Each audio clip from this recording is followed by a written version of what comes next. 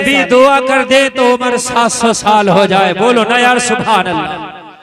ओ मेरे भाइयों कान खोल के सुन लो, ये जवानी जो है अल्लाह ने तुम्हें अता की है। तुम कहते हो जवानी दीवानी होती है, मैं भी मानता हूँ जवानी दीवानी होती है, मगर इस जवानी को गाड़ी या फोन का दीवाना ना बनाओ, इस जवानी को दुनिया का दीवाना ना बनाओ। ए नौजवानों, अगर तेरी जवानी दीवानी हो तो मुस्तफा की दीवानी हो जाए, तेरा काम हो जाएगा। जवानी अगर दीवानी हो तो मुस्तफा की मोहब्बत की दीवानी हो जाए। ज़माना कहता जवानी दीवानी, मैं भी मानता हूँ जवानी दीवानी, मैं भी मानता हूँ। बिलाल ने सर चढ़ के कहा था जवानी दीवानी। उमैया कोड़ा मार रहा था, अब तो नबी का कलमा पढ़ना छोड़ दो। कहा कैसे छोड़ दूं, दीवानगी जो मुस्तफा से हो गई है। इस दिल में मोहब्बत जो मदीन मुस्तफा की बस गई है। ओ लोगों कान खोल के सुनो, ये जो जवानी है इसे दुनिया के हवाले करके ना जाना, अगर जाना है तो मुस्तफा की मोहब्बत के हवाले करके। वाह वाह वाह, जिंदाबाद जिंदाबाद, बहुत अच्छा दर्द। मुस्तफा से मोहब्बत कैसी होती है ये भी सुन लीजिए, वो भी मैं आपको बता रहा हूं मोहब्बत कैसी होती है।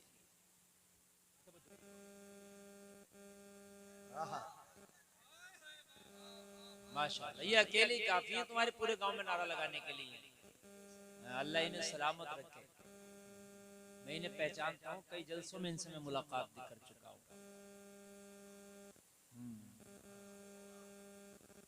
अल्लाह सलामत रखे। मेरे भाइयों, मोहब्बत किसे कहते हैं सुन लीजिए। मोहब्बत खाली इसका नाम नहीं कि फूलों की तुमने फातहा दिला दी, बहुत अच्छे से 2000 के मगजियात लाके 3 बढ़िया पूरी बना ली, कीमा बना के महल्ले वालों को खिला दी।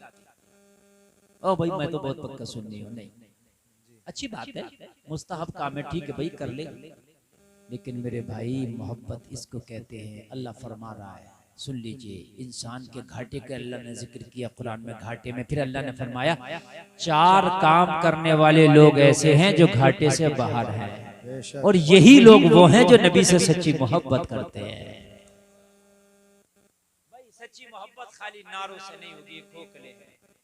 सच्ची मोहब्बत खाली जबान से नहीं होगी, ये खोखली है।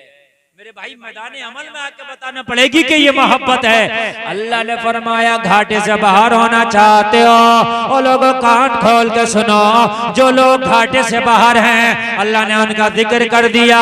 इल्लल्लज़ीना आमनू, जो घाटे से बाहर हैं उनमें से एक वो है जो ईमान लेकर के आए।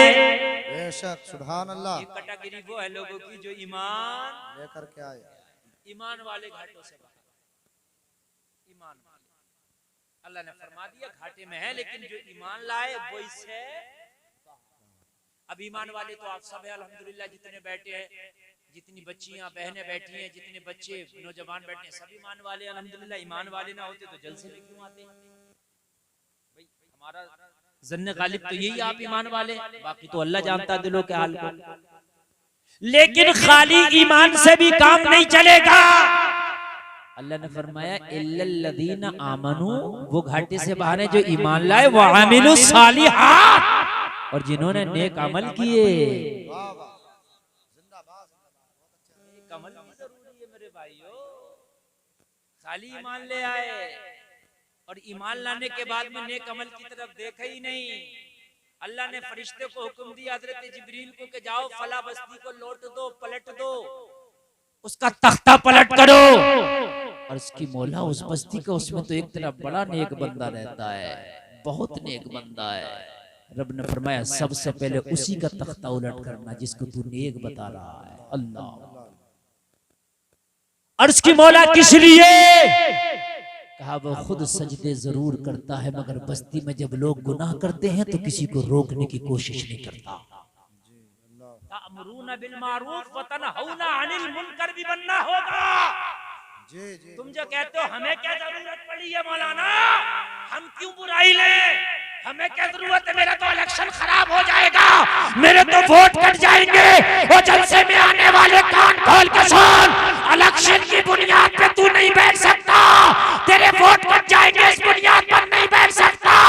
अब कोई नबी नहीं आने वाला, बुराई को रोकना तुम्हारा ही काम है, भलाई का हुक्म देना तुम्हारा ही बेशक सुभान अल्लाह। नारे तकबीर, नारे रिसालत, उलमाए अहले सुन्नत, मसलके आला हजरत, फैजाने आला हजरत, अजमत मुस्तफा कॉन्फ्रेंस, हजरत अल्लामा मौलाना मुफ्ती गुलफाम साहब किबला। नारे तकबीर, नारे रिसालत।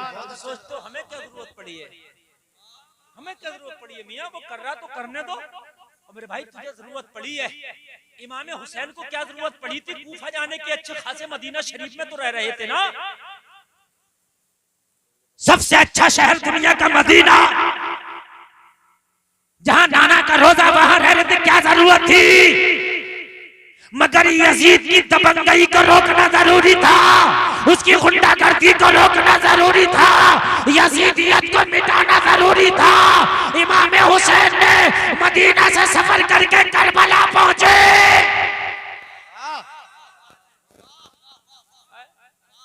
और तेरी बस्ती में हराम काम हो रहा, तू कहता मुझे क्या जरूरत पड़ रही, और नारा लगाता हुसैन का दामन नहीं छोड़ेंगे। ये कौन सा दामन पकड़ा तूने भाई? तू समझता खाली मौलवी का काम है? अच्छा मौलवी जुमे की तकरीर में मुखालफत कर दे, शराब पीना हराम है तो शराबी मुखालिफ हो गया। तो गांव के लोग कह रहे हैं हजरत तुम्हें भी क्या जरूरत पड़ी थी शराब के खिलाफ बोलने की? गरीब आ गया चक्कर में। एक कमजोर ईमान बेचारा, उसकी हैसियत कितनी सी उसने बोल दी, आ गया बेचारा चक्कर में। और तुम्हारा ईमान तो इतना पुख्ता, तुम तो खड़े होकर कहते हो मियां तुमने तो तफरका पैदा कर दिया। मौलवी तो फितने की बात करते।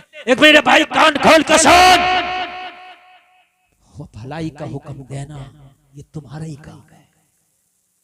अगर कोई डांस पार्टी शादी में कर रहा है तो ज्यादा कुछ तो नहीं कर सकता, मगर इतना जरूर कर ले, अगर उसने नहीं मानी ना डांस पार्टी नचाने से, मत मान, उसकी बारात में ना जाओ। बहुत अच्छा माशाल्लाह, वाह। उसकी बारात में ना जाओ, सिर्फ इतना कहना, मैं ज्यादा नहीं कह रहा। मौलाना असनाद साहब, कारी एहसान साहब तो ये स्टेज पे बैठ के मुखालफत करेंगे, मगर तू स्टेज पे बोलने के काबिल नहीं है, मैं मानता हूँ।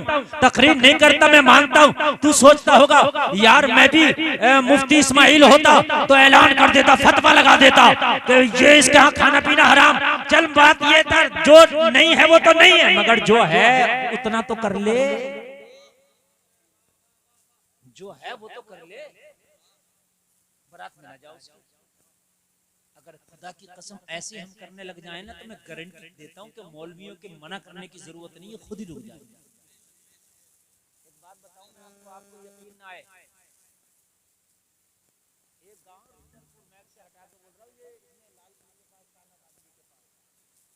हाँ अब मैं आपको बताऊं, गांव का नाम मैंने बता दिया, बात पूरी बताऊं मैं आपको।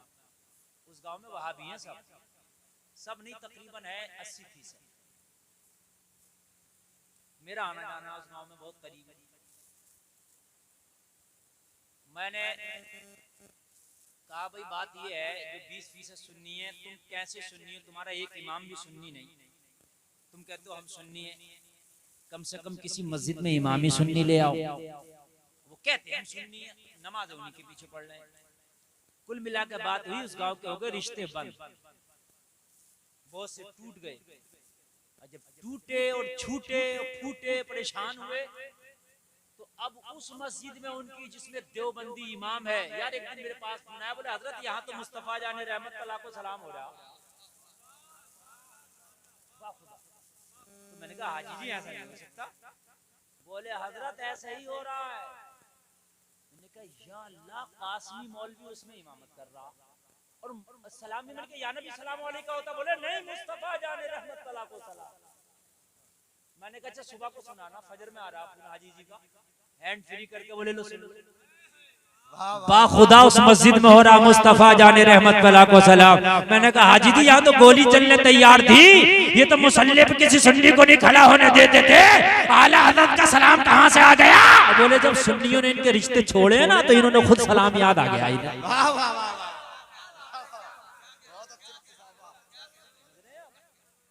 जब बोले सुन्नियों ने इनके रिश्ते छोड़े ना, और जब सुन्नियों ने कहा कि उस गांव में नहीं देंगे लौंडिया और ना लेंगे उस गांव की लौंडिया, इसलिए कि ये है नजदी वहाबी, कहने लगे, अब सब कहने लगे अगर रिश्ते करना तो पढ़ो बरेली वाले का सलाम, अरे कान खोल के सुन लो, जब तुम अपनी पे आ जाओ तो इनसे सलाम पढ़वा लो, तुम अगर अपनी पे आ जाओ तो क्या इनसे डांस पार्टी नहीं छुड़वा सकते?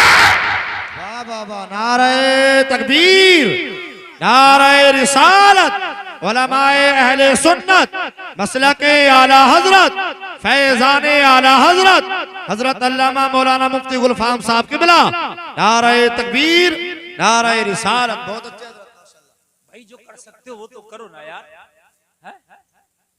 जो कर सकते हो, लेकिन जो हम कर सकते हैं हम वो भी नहीं करते। कहने मौलवी कुछ कर ही नहीं रहे, कुछ कर ही नहीं रहे, ये नहीं कर रहे, वो नहीं कर रहे। अभी एक बारात आई तो एक बूढ़ा सा आदमी बड़ा मौलवियों को कोस रहा, भाई मौलवियों ने ये नहीं किया, वो नहीं किया, अभी ये नहीं रुकवा रहे, वो नहीं रुकवा रहे। हमने कहा एक बात तो बताओ चाचा, जिस बारात में तुम आए और रात क्या हुआ था इसके घर?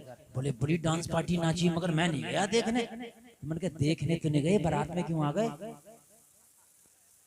कोस मौलवियों कर रहे हो, कम तो तुम भी काम नहीं कर रहे हो। बताओ आप मुझे, कम तो तुम भी नहीं हो। तुम कम से कम ये कह देते कि भाई मैंने तुझसे कल मना किया था डांस पार्टी ना कर, तूने मेरी दावत कबूल ना की, मैं तेरी बारात में ना आया, मैंने तेरी दावत कबूल ना की, बात खत्म है। भाइयों कुछ तो करना पड़ेगा, हमें थोड़ा सा आगे आना पड़ेगा, सपोर्ट करना पड़ेगी उन उलमा की, थोड़ी सी सपोर्ट। ये आपको बताएंगे लेकिन अमल तुम्ही को करना। ये डंडा लेके खड़े नहीं होंगे, ये लाठी लेके खड़े नहीं होंगे, ये बता देंगे, अपनी जिम्मेदारी पूरी हो जाएगी। आपकी भी जरूरत, आपकी भी जो है मतलब अपनी जिम्मेदारी है कि आप उसको निभाएं। मालूम है मुसलमान और ईमान हो दिल में और उसका भाई गलत काम कर रहा है, उसको सुकून से नींद आ जाए।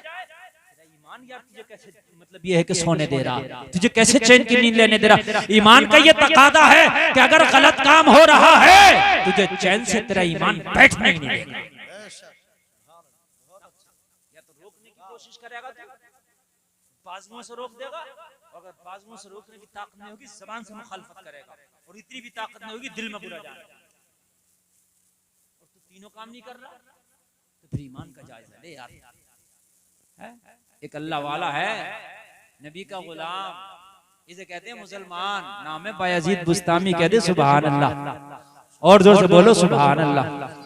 एक दिन बैठे मुरीद आया बारगाह में बायजीद बुस्तामी के, कहने लगा हुजूर आपकी इस बस्ती में एक फाहिश औरत ने डेरा डाला है, रोजाना कितने नौजवान जाके उसके दामे फरेब में फंसते हैं, अपना मुंह काला करते हैं, अपने जिस्म को बेचती है, जिस्म फरोशी का धंधा करती है। हुजूर डेरा डाला है, इतना सुना बायजीद बुस्तामी की आंख में आंसू आ गए। मुरीद कहने लगा सरकार रोते किस लिए है, इसमें आपकी क्या खता है? कहने लगे कल कयामत के दिन अल्लाह ने मुझसे पूछ लिया, ओ बायजीद ये तो बता तेरी बस्ती में एक फाहिशा नौजवानों के ईमान पर डाका डाल रही थी, तू क्या कर रहा था? तो जवाब क्या दूंगा?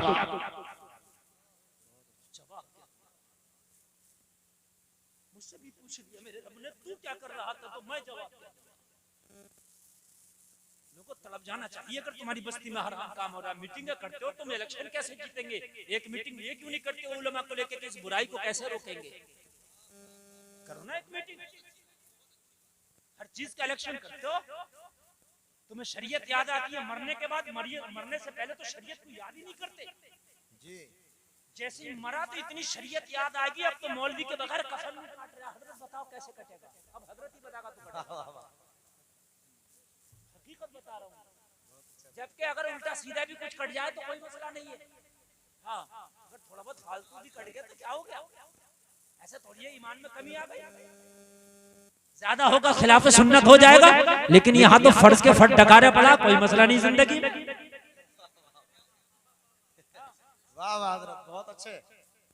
जिंदगी में हक मारे पड़ा, माल मारे पड़ा, पड़ोसियों का दावे पड़ा, कितनों के कर्जे दावे पड़ा, दलालियां खा गया, कमीशनों के नाम पे खा गया, डकार गया। वाह जी जी, हराम कमा कमा के लोगों को दे रहा, मदरसे बनवा रहा और हज कर रहा, उम्रे पे उम्रे कर रहा, लोगों को दिखा रहा बड़ा नेक है। कान खोल कर सुन ले, अगर गसब किया हुआ माल जो हराम का माल है, अगर उसे सदका करेगा ना तो सोचेगा सवाब मिलेगा, सवाब नहीं मिलेगा और अजाब में चला जाएगा।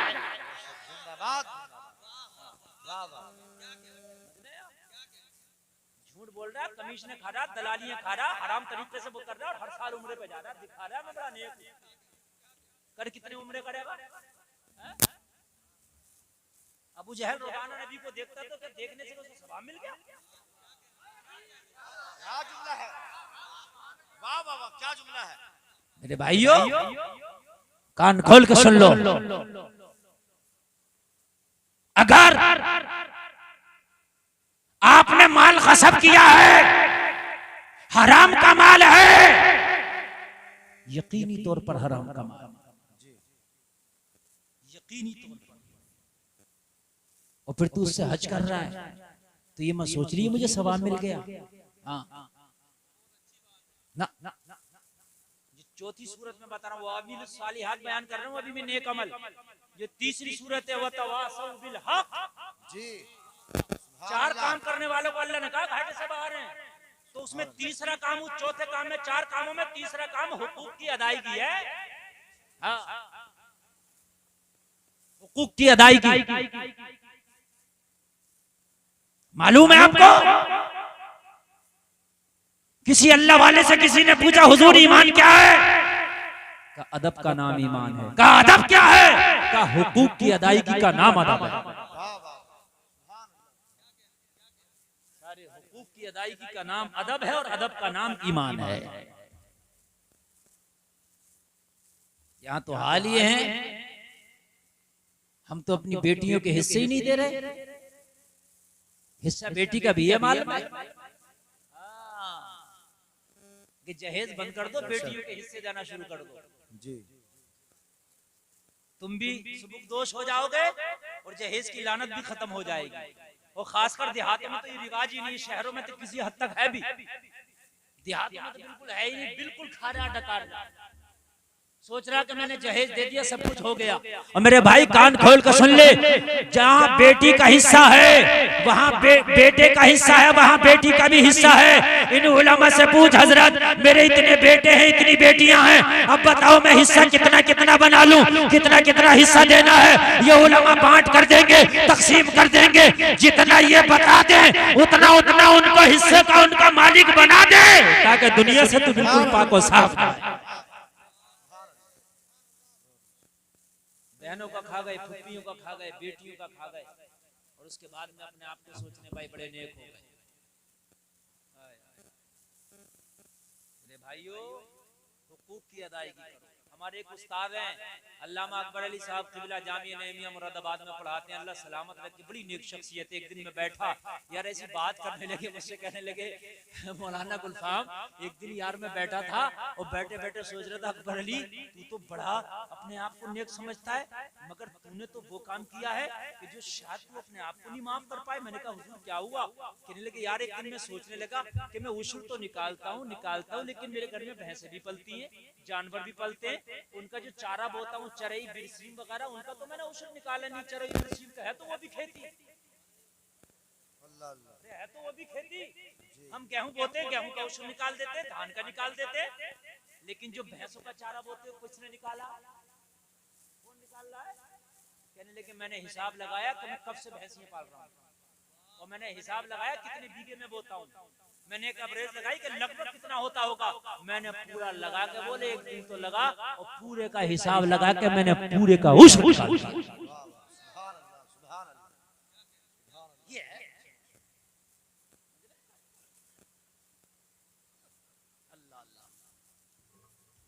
यहाँ तो हज को जा रहे हैं तो ज़कात निकालने हैं, भाई काय की ज़कात निकालना, बोले वो हज के पैसे की ज़कात निकाल रहा हूँ, और जो पहले से था वो बिल्कुल डका नहीं रहा था। देख रहे हैं आप, हज चला तो ज़कात याद आई इसे, हज चला तो ज़कात याद आई, हज के पैसे को तेरा पड़ा ताम झाम जितना इसका कौन निकालेगा? ज़कात निकाल के तैयार रहो बिल्कुल पहले से, फिर हज जाओ तो अलग से ज़कात निकालने की जरूरत नहीं है, इसलिए कि पहले से ही आपका पैसा और माल जो है ज़कात निकाला हुआ, साल के साल ज़कात निकाला। भाइयों बायजीद बुस्तामी को पता चला, रोने लगे। यार गुनाह वो कर रही थी, मुंह काला नौजवान जाके कर रहे थे, रो अल्लाह वाला रहा है। कहने लगे बस मुझे तो यही है कि मैदान महशर में मेरे रब ने पूछ लिया, तेरी बस्ती में एक फाहिशा नौजवानों के ईमान पर डांका डालती थी, तू क्या करता रहा, तो जवाब क्या होगा। मुरीद परेशान, मैंने कहा बता दिया, अपने पीर को परेशान कर दिया, अपने पीर को। मगर ये आज का पीर नहीं था जो पैर फैला के सोता हो, ये कल का पीर था जो लोगों के एक एक गुनाह पर भी नजर रखता था। पीर पैर फैलाने के सोने का नाम नहीं है ना, पीर होते ही वो था जो मन भी साफ कर दिया करता था और उसकी जिंदगी के सारे मामलात को साफ कर दिया करता था। कहने लगे पता लगा क्या उसका बाजार कब लगता है। मुरीद पता लगा क्या, कहने लगा हुजूर जब शाम होती है, सूरज डूब जाता है, रात अपनी तारीख चादर को तान देती है, तो नौजवान उसकी हवेली का, उसके घर का रुख करते हैं और अपना मुंह काला करते हैं। बायजीद बुस्तामी को कहा चैन फजर की नमाज पढ़ी, हाथ में मुसल्ला लिया, तस्बीह पकड़ के उसी फाहिशा के दरवाजे पे डेरा डाल दिया, बिछा दिया। उसका बाजार तो लगता था मगरिब के बाद, मगर ये तो फजर के बाद ही पहुंचे। इन्हें कहा बस वहीं पर बैठे हैं, अल्लाह अल्लाह हो रहा। अब कोई आए, आते देखे हजरत तो चला जाए शर्मा के, मगर ये सोचे हजरत कहाँ आके बैठ गए। यहाँ तो शराबियों का आने की जगह है, नफ्स परस्त आने की जगह है, हवस के पुजारी की आने की जगह, ये कहाँ बैठ गए। मगर वो आज के मुसलमानों की तरह नहीं थे। अगर आज किसी मौलवी को देख लेना तो अगर 5 टाइम की नमाज भी उसके पीछे पड़ता तो मानेगा नहीं, फोटो खींच के व्हाट्सएप पर पहले डालेगा, देखो मौलवी कहाँ बैठा है। 5 टाइम की नमाज पढ़ता हो, सोचेगा नहीं कि किस लिए बैठे हैं, इसमें क्या वजह हो सकती है, पहले पूछ लूं, तहकीक कर लूं। हर आंख का देखा सच्चा नहीं होता, पता नहीं किसी मजबूरी में तो नहीं बैठे, पहले फोटो खींच के डालेगा कि देखो ये बैठ। और जो लोग देखेंगे ये नहीं कहेंगे भाई तहकीक तो कर लेता, वो और शेयर कर देंगे, वो आगे बढ़ा देंगे। देखो निजाम में कदा को जिस तरह बिगड़ा है ये साकी, उन्हीं को जाम मिलता है जिन्हें पीना नहीं आता। मौलवियों के फैसले वो जाहिल कर रहे हैं जिनको अलहम शरीफ याद नहीं। मस्जिद में कौन इमामत करेगा, कौन रहेगा, कौन नहीं रहेगा, इसकी इमामत वो मुतवल्ली कर रहा है जिसे सना याद नहीं।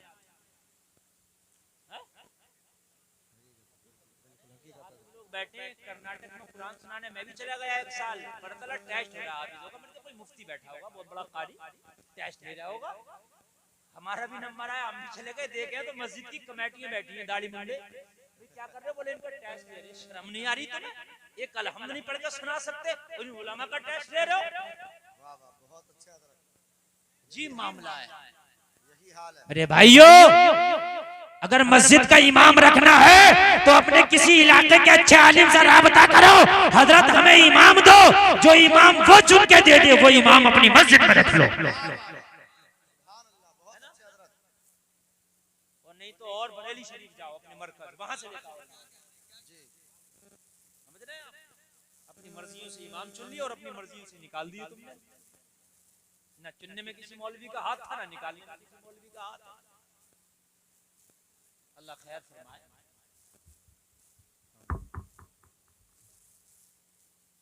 कितने इमामों की तो इमामती इस कोरोना में छूट गई, पता क्या क्या छुड़वा दिया, बोले हजरत अब क्या करोगे, जब नमाज ही ना पढ़ ले तो तुम्हारा भी क्या काम है।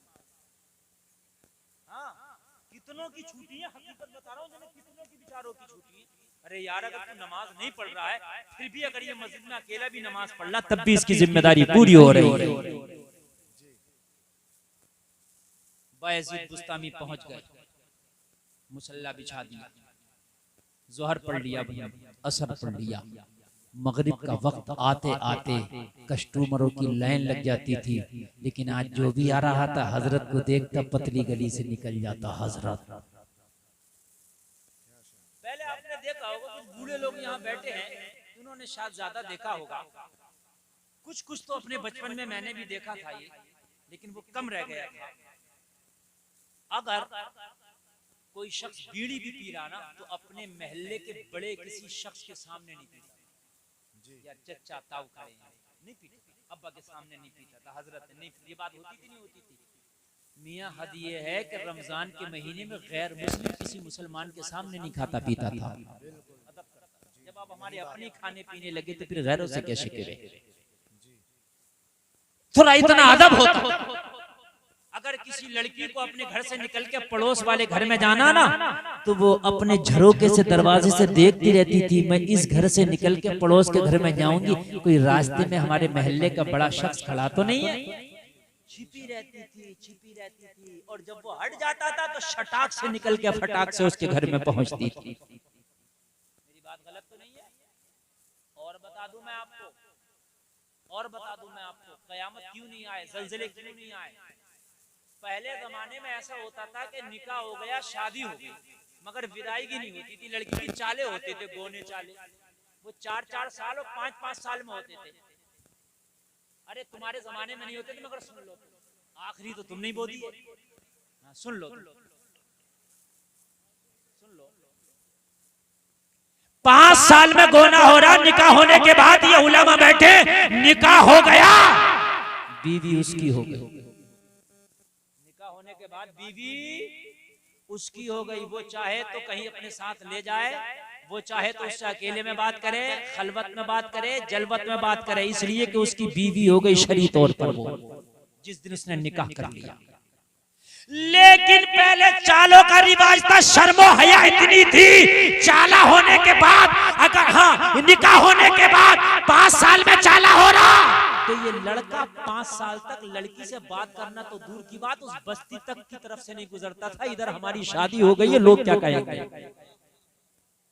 गुजरता तक नहीं था, लोग क्या कहेंगे? उस लड़की को देखना, बात करना तो बड़ी बात, देखना बात करना बड़ी बात हो गई, जबकि निकाह हो गया।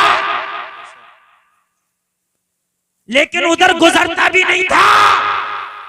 और आज वो आखिरी वही है कि खाली रिश्ता हो गया, मोबाइल आ जाता उधर से, खाली रिश्ते पे मोबाइल आ गया और छुट्टा खुले खजाना लड़की बात कर रही है उस लड़के जिससे निकाह नहीं हुआ, अभी खाली रिश्ता हुआ। अब घर वाले भी कुछ नहीं कह रहे, ये तो वही बात चल रही है जहाँ रिश्ता हो गया। और तुझे पता है जहाँ रिश्ता हुआ वही बारात भी जाएगी, वही निकाह भी होगा। हमने तो रिश्ते भी टूटते देखे हैं, मंगनियां भी छूटती देखी है, बारातें भी लौटती देखी है। अरे रिश्ता हो गया तो ये कैसी भी हयाई है कि फोनों पे बातें शुरू हो गई, जब तक निकाह ना हो जाए इसका आपस में कोई रिश्ता नहीं। नारे तकबीर, नारे रिसालत, उलमाए अहले सुन्नत, मसलके आला हजरत, फैजाने गौसे आजम, अजमत मुस्तफा कॉन्फ्रेंस, हजरत अल्लामा मौलाना मुफ्ती गुलफाम साहब किबला, नारे तकबीर, नारे रिसालत। बहुत अच्छे हजरत, बहुत अच्छा। ये हया की पहले, आज हया के जनाजे निकल गए।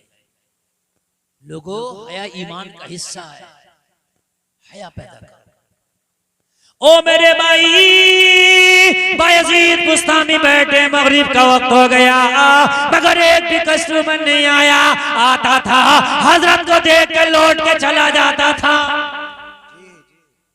कहते भाई क्या हुआ? कहने लगे हजरत बैठे। अब भाई क्यों बैठे? हजरत जाने, लेकिन यार मेरी हया गवारा नहीं देती कि हजरत बैठे वहां मैं चला। शाम हुई, फाहिशा ने अपनी खादमा को भेजा, नीचे जाओ, कितने कस्टमर आए हैं सभी की लिस्ट ले आओ, नंबर बाई नंबर वो मुझसे मुलाकात करें और उनकी फीस भी जमा कर लो। आई खादमा ने आके देखा आज तो कोई कस्टमर ही नहीं है, एक ही बैठा जिसके चेहरे पे दाढ़ी है, सर पे इमामा है। जोर से बोलो, जोर से बोलो। आई आके हैरत में पड़ गई, वापस चली गई, कहने लगी पता नहीं क्या हो गया, आज तो कोई है ही नहीं। एक बुजुर्ग सा आदमी है, चेहरे पे दाढ़ी है, सर पे इमामा है, हाथ में तस्बीह है, बगल में मुसल्ला है, लब पे जारी अल्लाह अल्लाह है। बस वही बैठ के अल्लाह अल्लाह, है ही नहीं। कहने लगी अजीब है, उसने आके आज का मेरा नुकसान करा दिया, उससे जाके पूछ के वो क्यों आया है। खादमा आई, आके कहने लगी आने वाले बाबा, आने का मकसद तो बता, आप आए किस लिए हैं, ये आने का क्या मकसद है। यहाँ तो बादशाह आते हैं, ए आने वाले, यहाँ तो वो लोग आते हैं जो नफ्स परस्त हैं, यहाँ तो वो आते हैं जो अपना ईमान का सौदा करने आते हैं। बता बता तू क्यों आया है। कहने लगे सुन, मैं रास्ता नहीं भटका हूँ, रास्ता वो भटक गई है जिसकी तू खिदमत करती है, इसलिए ये अल्लाह वाले की बस्ती है। आज से इस बस्ती में या तो यही रहेगी या फिर हम ही रहेंगे। दोनों नहीं रहेंगे, या तो यही रहेगी या हम ही रहेंगे। ये फैसला करने आए, रास्ता नहीं भटके, ये फैसला करने आए। उससे मुलाकात करा हमारी, हम मुलाकात करना चाहते हैं। खादमा बोली बस 1 मिनट इजाजत ले आऊं। कहने लगी वो जो बाबा आया है ना, वो तुझसे मिलना चाहता है। उसने कहा मुझे इससे कोई मतलब है, आने वाले की दाढ़ी है कि दाढ़ी नहीं है, आने वाले के सर पे क्या, इससे मुझे कोई मतलब नहीं, मुझे अपनी कीमत चाहिए। उससे बोल, मुझसे मिलने की कीमत अदा करेगा तो मैं इजाजत देती हूँ, और कीमत अदा ना करे तो मेरी चौखट से वापस कर देना। आई आने के बाद कहने लगी मेरी मालिकिन का हुक्म है, अगर मिलने की कीमत अदा करो तो आपसे बात करने तैयार है, और कीमत अदा ना करो तो उसकी चौखट से वापस हो जाओ। बायजीद बुस्तामी ने फरमाया उससे पूछ के पूरी रात की कीमत क्या होगी। पूरी रात की कीमत किसी और को नहीं आने दूंगा। उसने कीमत बताई, इन्होंने अदा कर दी। अल्लाह अल्लाह जरा गौर करना, कुछ लोग पैसा खर्च करते हैं जहन्नम खरीदते हैं, कुछ लोग पैसा खर्च करते हैं जन्नत खरीदते हैं। कुछ दीन फैलाने के लिए पैसा खर्च करते हैं, है ना, और कुछ दीन को नुकसान पहुंचाने के लिए पैसा खर्च करते हैं। आपने पैसा खर्च कर दिया, पहुंचे खास कमरे में, उसके मुलाकात के कमरे में अपना तैयार होके खड़ी थी एक ऐसा शख्स आ रहा जिसने पूरी रात की कीमत तनहा अदा कर दी है, अच्छे से मिलना होगा। खड़ी है बन सबर के, जुल्फों को बिखेर के। बायजीद बुस्तामी आए, उसके हुजरे खास में पहुंचे, आपने उसकी तरफ नजर उठा के देखा ही नहीं, नजर उठा के ही नहीं देखा। निगाहें जमीन पे पड़ी हैं, कमरे में खड़े हैं। कहने लगी वो आने वाले अजीब बेवकूफ है, इतनी कीमत अदा किया है, मुझसे मिलने आया है, मुझे देखना भी गवारा नहीं, एक बार निगाह उठा के तो देख, मेरा हुस्न लाजवाब है। कहने लगे क्या करें, हमने दिल ऐसे हसीन को दे दिया है जो उसके हुस्न का कोई मुकाबला ही नहीं कर सकता। दिल तो एक ही था, वो दे के आए। महबूब तो कोई और है जो नजरों में खटकता है, अब तुझे क्या देखे। अल्लाह अल्लाह। कहने लगी क्या तेरे शहर में कोई मुझसे भी खूबसूरत है। कहने लगे तेरी तो औकात क्या है, उसके कदम से लगने वाले जर्रे भी आसमान के चांदो सूरज से ज्यादा चमकते हैं, जिसे मैं दिल दे के आया हूँ। कहने लगी तेरे महबूब का नाम क्या है। कहने लगा मेरे महबूब को कहते हैं आमिना का लाल। हाय हाय, मैं आमिना के लाल को दिल दे के आया। ये दिल तो उसे दे दिया है। कहने लगी दिल जब उसे दे दिया है तो यहाँ क्यों आया है। कहने लगा उसी का तो पैगाम लेके आया हूँ, महबूब की बात लेके आया हूँ। बरगे हिना पे लिखता हूँ मैं दर्द दिल की बात, शायद के रफ्ता रफ्ता लगे दिल रुबा के हाथ। बस मैं तो इसी बहाने से अपने महबूब का पैगाम लेके आया हूँ। अल्लाह अल्लाह। कहने लगी आने का मकसद तू नहीं बताता तो कान खोल कर सुन, तूने कीमत अदा की है, कीमत दे दी गई। बायजीद बुस्तामी ने कहा सुन, तेरी मुंह मांगी कीमत मैंने अदा कर दी है। अब तू कौन होती है फैसला करने वाली कि मैंने किधर देखना है और क्या करना है। कीमत मैंने दी है, अब इस रात का मालिक मैं हूँ, अब फैसला मैं करूंगा कि तुझे किधर देखना है और क्या करना है।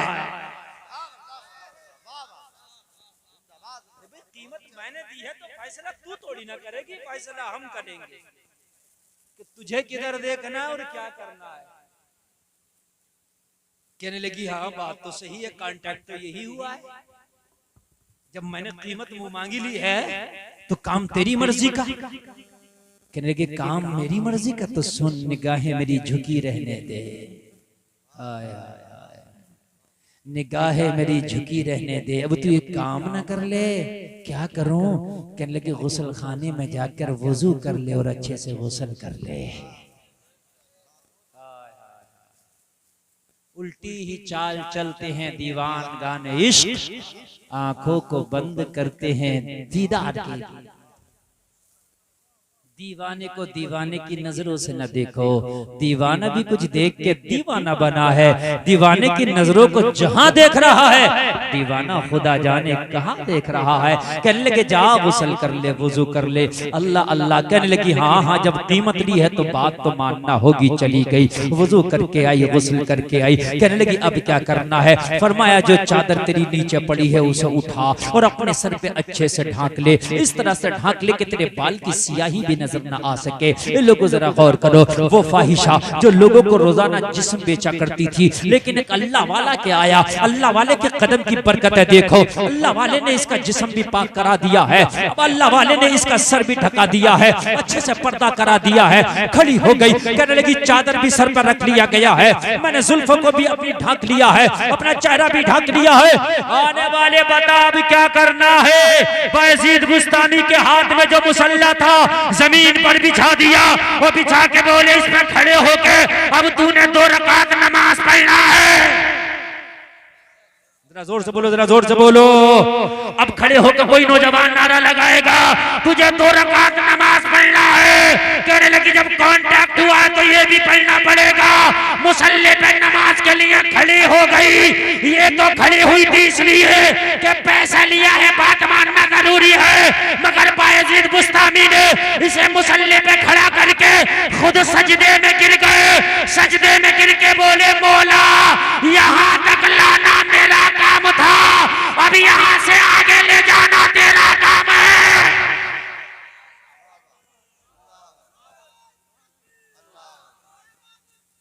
या रसूल अल्लाह, या रसूल अल्लाह,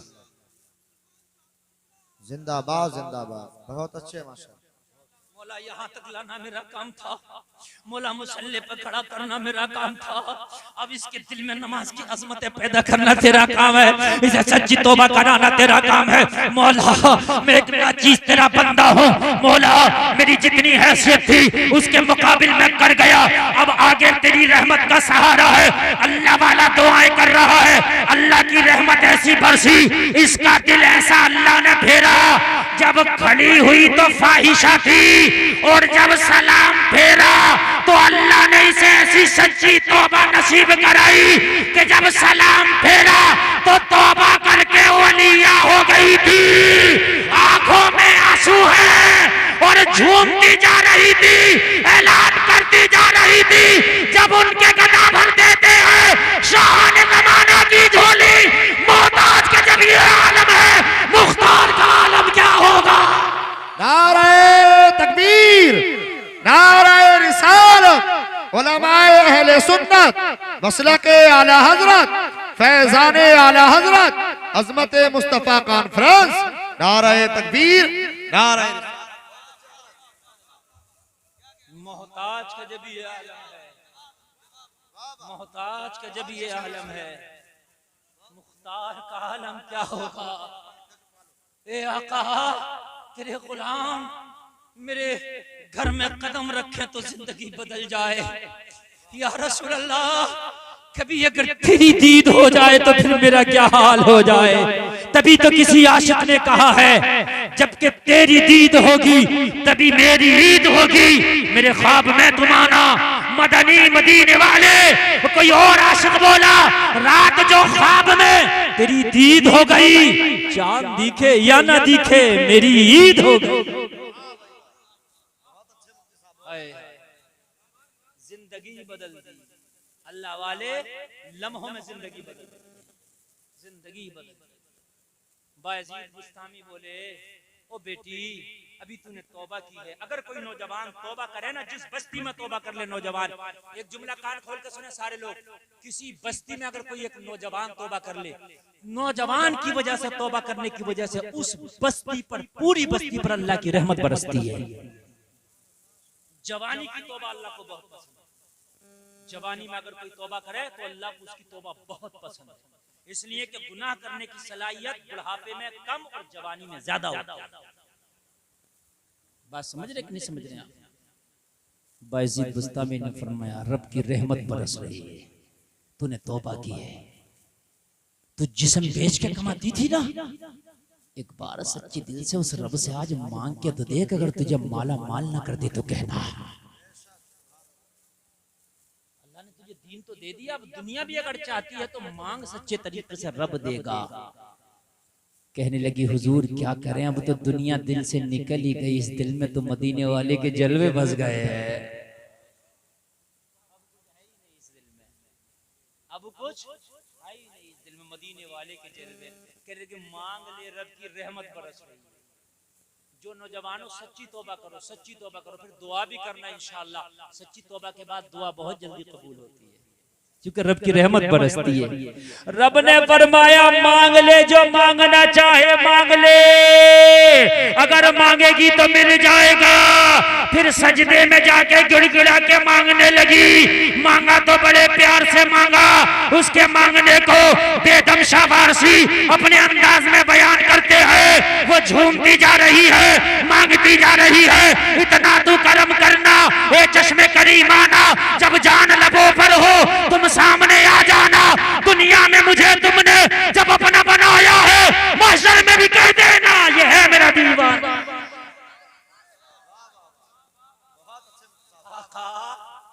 दुनिया में जब अपना बना लिया है और अपना बना के अपने दर से लगा लिया है, तो महशर में भी अपने ही कह देना, या रसूल अल्लाह, इसी पे काम हो जाएगा। क्या बात हो महशर में, मैं शिकवे किए जाऊं। समझ रहे हैं आप? तकरीर का आखिर है और सुन लीजिए, क्या बात हो महशर में। हर आदमी अपने आप को तसव्वुर करे, हर आदमी इस शेर को पढ़ो, क्या बात हो महशर में। एक बात बताऊं मैं आपको, आपके गांव में कोई पागल है, ठीक, और वो पागल किसी को उठा के पत्थर मार, उसका सर फट जाए और वो उसका गिरेबा पकड़ ले, भाई तूने मेरा सर फड़ा, बदला लूंगा, तो कारी एहसान साहब आएंगे, हंस के कहेंगे, कहाँ चक्कर में पड़ रहे हो मौलवी साहब, ये पागल है, ये पागल है, इसका कहाँ गिरेबा पकड़ो, ये तो किसी को भी मार देता है, ये तो MP MLA DM SDM को भी मार दे। क्या पता अपने घर के हो गए, पागल के लिए कोई DM SDM है? पागल को पागल ठहरा। बात समझ रहे कि नहीं समझ रहे भाई? वो किसी को भी गाली बक दे, वो हंस के कहोगे नहीं कहोगे, अरे कहाँ चक्कर में पड़े हो, तो मौलवी साहब क्या करेंगे, फिर उसको फौरन छोड़ ही देंगे, यार जब पागल है तो मुझे पता ही नहीं था, जब पागल है तो पागल है। तुम केस लिखवाने जाओ, मुकदमा ही नहीं लिखा जाएगा, पागल है। बात समझ रहे कि नहीं? पागल है। अरे पागलों के ट्रेनों में टिकट नहीं लगते यार, किसी भी डिब्बे में चढ़े थे लगते ही नहीं। तुम तो खड़े हो जाइए, अगर टीटी ना काट दे, पेनल्टी डाल दे, तो बात ही क्या। पागल तो कुछ कहते ही नहीं, कहता इधर को बैठ जा चल। बात समझ रहे कि नहीं समझ रहे? पागल तो पागल है। बेदम शवारसी कहते हैं, आका मेरे गुनाहों की वजह से फरिश्तों ने मुझे पकड़ लिया और घसीट के ले जा रहे हो, गुनाह किया है, गुनाहगार है, चल तेरा बदला जहन्नम है। या रसूल अल्लाह, मैदान महशर में फिर मैं आपसे शिकवा कर बैठूं, आका देखो इन्होंने मुझे पकड़ लिया। आप जरा मुस्कुरा के कह दो, कहां पकड़ के ले जा रहे हो फरिश्तों, ये तो दीवाना है। क्या बात हो महशर में, मैं शिकवे किए जाऊं, तुम हंस के कहे जाओ, दीवाना है दीवाना। हंस के कहे जाओ, दीवाना है दीवाना। इसी मजमून को जब आला हजरत ने बयान किया, लफ्ज बदले हैं, बात वही है, बात वही है, लफ्ज बदले हैं, बात कहते हैं ए इश्क तेरे सदके, जलने से छुटे सस्ते। पुलिस पकड़ के ले जाए आपको, और कहे बहुत लंबा मुकदमा लगेगा, बहुत बड़ा जुर्म किया तूने, तो यहाँ से बहुत बड़े मंत्री का फोन पहुंच जाए, छोड़ दे अपने ही। और फिर वो गांव में आया तो गांव वाले कहें यहाँ तो पूरी फोर्स आई थी, जब बड़े आओ भाव ताव के साथ, पूरे अमले के साथ, भाई बड़े बड़े अधिकारी भी थे, आला ओहदेदारान भी थे, और भी तू आ गया, अभी सुबह गया शाम यहाँ फिर रहा। कहेगा मियाँ नब तो लंबा गया था, फोन मंत्री जी का क्या पहुंचा, सस्ते में ही काम हो गया। यही कहेगा क्या नहीं कहेगा, है ना। आला हज़रत कहते ए इश्क तेरे सदके, जो नबी से इश्क किया ना, तेरे सदके जलने से छूटे सस्ते, ये इश्क तेरे सदके जलने से छूटे सस्ते। एक बात अगला मिसरा और सुन लो ताकि समझ लो। एक आग वो होती है जो लकड़ियों में लगाई जाती है, और एक आग वो होती है जो दिल में लगाई जाती है। दिल में जो आग लगती है वो इश्क की आग होती है। कहते हैं मैंने अपने दिल में इश्क की वो आग लगाई है जो जहन्नम की आग को बुझा देगी। ये इश्क तेरे सदके जलने से छुटे सस्ते, जो आग बुझा देगी वो आग लगाई है। दर्द था की सजा, अब होगी या रोजे जजा, दी उनकी रहमत ने सदा, ये भी नहीं वो भी नहीं। आखिरी बात बता दूं, इसी मजमून को, इसी मफहूम को जब आला हजरत के मजले भाई उस्ताद ज़मान अल्लामा हसन ने पुरोया तो किसी शान से बोले मैदान महशर में एक बहुत बड़ा जलसा नुमा होगा, उसमें सदारत मेरे रब की होगी। उसके जो सिपाही होंगे ना, फरिश्ते एक एक गुनाहगार को ढूंढ रहे होंगे। वो जो फरिश्ते होंगे ना अज़ाब के, वो रब के सिपाही हैं, गुनाहगार को ढूंढ रहे होंगे, जैसे मुजरिम को यहाँ के सिपाही ढूंढते हैं। कहने लगे मैदान महशर में ढूंढ रहे होंगे, मगर मैं तो नबी का दामन पकड़ लूंगा। मैंने कहा अल्लामा हसन के छुप जाओगे दामन पकड़ के, वो तुम्हें वहां भी पकड़ लिए तो बोले क्या बात करता गुलफाम, ढूंढा ही करें सदर कयामत के सिपाही वो किसको मिले जो तेरे दामन में छिपा हो, दिल दर्द से बिस्मिल की तरह लौट रहा हो, सीने पे तसल्ली को तेरा हाथ। इसी मफहूम को जब डॉक्टर इकबाल ने अपने अंदाज में पुरोया तो वो ये कह करके चले गए डॉक्टर इकबाल, तहज्जुद की जा है कि फिरदौस आला, बनाए खुदा और बसाए मोहम्मद। अरे तमाशा तो देखो, दोज़ख की आतिश लगाए खुदा और बुझाए मोहम्मद। बस लोगों सारी दुनिया में सीना तान के ऐलान कर दो मैं तो दीवाना मोहम्मद का। बस बस बस बस भाई ये मत देखो कि हमें शर्म लग रही है, टोपी ओढ़ने में शर्म है, और भाई बैठ के खाने में शर्म है। शर्म खत्म ही कर दो। अब वो काम करो जिसमें नफ्स का है ना शर्म है, ये काम करने में, सलाम करने में शर्म लगती है बढ़कर। जिसने नफ्स को मार लिया वली बन गया। जब तक नफ्स को नहीं मारेगा वलायत नहीं मिल सकती। कुछ भी कर लेना, कितना बड़ा मौलवी बन जा, नफ्स मारना। हमारे यहाँ एक अल्लाह वाला था, नाम है लक्कड़ शाह मियां, उनका लक़ब था, ये नाम तो कुछ और रहा होगा, मशहूर है वो। अभी उनको 35-40 साल का जमाना हुआ होगा विसाल किए हुए। जेब में एक मिर्च और नमक की डेली रखते थे, वो सामर वाली जो डेरी होती है। लोग कहते थे मियाँ आओ खाना खा लो, बड़े बड़े मुर्ग मुसल्लम रखते थे। किसी के यहाँ तो वो खाते नहीं थे, कभी किसी के यहाँ चले भी गए, मूड हुआ तो खा लिया, और नहीं तो उसके यहाँ दावत कबूल करके भी मुर्ग मुसल्लम रखे हैं, नमक की डेली, मिर्ची निकाली, उससे रोटी शुरू कर दी खा। और कहते थे मुर्गा खागा मुर्गा ले मिर्ची खा, मुर्गा खागा मुर्गा ले नमक खा। अब लोग खामोश। किसी ने पूछा हजरत ये खाना खाते हुए आप क्या करते हैं? बोले नफ्स से कहता हूँ, वो कहता मुर्गा खा, मैं कहता मुर्गा खागा ले मिर्ची खा। बहुत अच्छे बहुत अच्छे माशाअल्लाह। अल्लाह वालों की शान निराली है, अल्लाह वालों की शान निराली है ना। यहाँ तो मैंने क्या क्या कर गए, दिल कर रहा गगन खा ले, गगन ही खा लिया, दिल कर रहा ये दिल कर रहा, सबका दिल ही हो गया। दिल कर रहा नमाज छोड़ दे, दिल कर रहा ये कर लो, दिल कर रहा वो कर लो। भाई अपने नफ्स को मारो, नफ्स की ना सुनो, बस दीवाने हो जाओ सरकार के। ये दीवानगी इंशाअल्लाह तुम्हें कब्र में भी बचाएगी, मैदान महशर में भी बचाएगी। कहने सुनने में कोई खता हुई हो तौबा करता हूँ, मेरा मौला माफ फरमाए। कलमा शरीफ पढ़ें, ला इलाहा इल्लल्लाह मुहम्मदुर रसूलुल्लाह, इस्लाम जिंदाबाद, व मा अलैना इल्लल बलाग। अस्सलामु अलैकुम। बैठे रहें, बहुत बड़ा